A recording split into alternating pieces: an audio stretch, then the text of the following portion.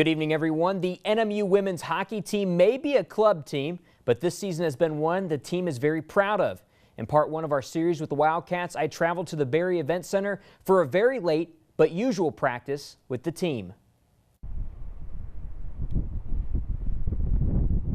While most people are winding down at 11 o'clock at night, the NMU women's hockey team is at the Barry Event Center getting ready for practice. This is a typical Tuesday night, 11 to 12:30.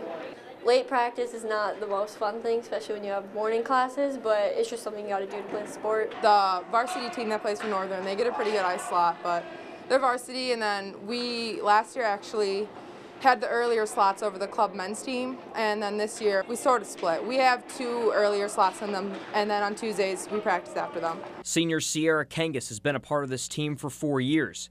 Not only is she on the team, she also functions as the team president while still making time to be a student. I deal with a lot of players that send emails that want to know information about the team and are really interested in coming to Northern, so it's kind of the part of the recruiting process, trying to keep people interested. I also do a lot of the scheduling, trying to get refs.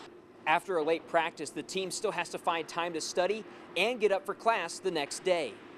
We don't get home until probably 1:45 in the morning, and then you try to go to bed, but your body is still awake, so it's tough, and then you got to wake up the next morning and do it again. So, I mean, it's difficult, but you got to take what you can get. While most hockey players might reject having to practice late, paying thousands of dollars worth of dues, and juggling a school schedule, these athletes do it for the love of the game. It's tough, not going to bed till late, having to wake up early and go to class all day, maybe sometimes work. But it's all for the love of the game, really. In part 2 of our series with the NMU women's Wildcat hockey team, we take a look at what made this team a dominant force this season.